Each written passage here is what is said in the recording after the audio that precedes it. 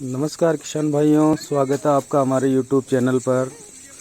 कैसे हो आप सब? उम्मीद है आप सब ठीक होंगे। तो किसान भाइयों, अब ये आपको वीडियो के माध्यम से बताना चाहेंगे कि सरसों की लगभग कटाई शुरू हो चुकी है। कुछ खेत हमने देखो ये काट भी लिए हैं, कुछ खेत में सरसों के ढेर भी लगा दिए हैं, कुछ फसल अभी कट रही है। अब क्या है, सरसों एक साथ ही लगभग लावणी आ गई है और समस्या ये है कि मज़दूर नहीं मिल रहे हैं। बड़ी मुश्किल से मज़दूर अरेंज करने पड़ रहे हैं। तो ये सरसों की कटाई हमारे खेत में जारी है। कुछ घर वाले और कुछ मज़दूर मिला के इस सरसों को काट रहे हैं। अब सरसों काटने का है किसान भाइयों, अगर आप मशीन से कटवाते हो तो आपको 20 से 30% या 20% नमी की आवश्यकता होती है, वरना मशीन से जो है सरसों खेत में गिर जाती है। और अगर आप हाथ से कटाई कर रहे हो तो आपको 10% नमी इसमें होना आवश्यक है सरसों में। पूरी सूखने के बाद तो काटने पे खिर जाती है, सरसों खेत में ही रह जाती है। तो थोड़ी बहुत नमी के साथ इसको काटना पड़ता है। ये हमारे खेत आप देख रहे हो, कुछ सरसों कट भी गई है, कुछ इकट्ठी भी हो गई है, कुछ अभी कटने बाकी है और कुछ कट रही है। इसके बाद किसान भाइयों, हम इसमें फिर इसको इकट्ठा करते हैं। इकट्ठा करने के बाद जैसे कुछ दिन का इसको और धूप लगाने की आवश्यकता होती है, ताकि जो सरसों की पूरी जो नमी है वो निकल जाए। उसके बाद थ्रेसिंग के लिए ये तैयार हो जाती है। थ्रेसिंग करने के बाद इसको भंडारण किया जाता है या मंडी में बेच दिया जाता है। अब ये देखिए आप किसान भाइयों, ये सरसों में कुछ हरी आपको दिख रही होंगी। अब पूरी तो एक साथ पकाते हैं तो पूरी इससे पहले जो ज़्यादा पक गई है वो खिरने की रहती है, और कुछ हरी है वो लास्ट तक नहीं आती है लावणी।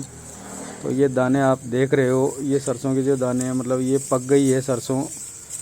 और कुछ नमी रहती है इसमें, तो काटने के बाद इसको एक दिन की धूप दे के इकट्ठा करते हैं, उसमें वो कमी पूरी हो जाती है। फिर जो सरसों का ढेर लगा के 2, 5, 10 दिन के लिए उसको रखा जाता है, ताकि जो बची हुई नमी है वो भी निकल जाए। इस प्रकार सरसों की ये पूरी प्रक्रिया होती है, हार्वेस्टिंग। आगे के वीडियो में आपको दिखाएंगे किस प्रकार थ्रेसिंग की जाती है, किस प्रकार इसका भंडारण किया जाता है, किस प्रकार बोरियां भरी जाती है, किस प्रकार इसका लोडिंग किया जाता है। किसानों की बहुत मेहनत भरी ज़िंदगी है। अभी प्रकृति का थोड़ा सा मौसम भी ख़राब हो रहा है, इसलिए किसानों के मन में भय है कि बरसात नहीं आ जाए। अगर बरसात आ जाती है तो जो पकी पकाई फसल है वो चौपट हो जाती है। इसलिए किसान भाइयों, किसानों को बड़ी चिंता सताती रहती है अपनी फसल की। बहुत मुश्किल भरा ये समय है और बड़ा मुश्किल भरा ये काम है। तो किसान भाइयों, ये चल रहा है अपने खेत में सरसों की कटाई का कार्य। हमारे भाई लोग ये सरसों को काट रहे हैं, फिर इसको इकट्ठी करेंगे। इसके बाद जो है थ्रेसिंग के पर्पज़ के लिए इसको इकट्ठी करके थ्रेसिंग की जाएगी। फ़िलहाल कुछ खेत कट गए हैं, देखो ये आपको वीडियो में दिख रहा होगा। ये जो ढेर लगा हुआ है ये काट के ढेर लगा दिया गया है। तो इसको 2-4 दिन ऐसे ही रखेंगे ताकि ये नमी निकल जाएगी।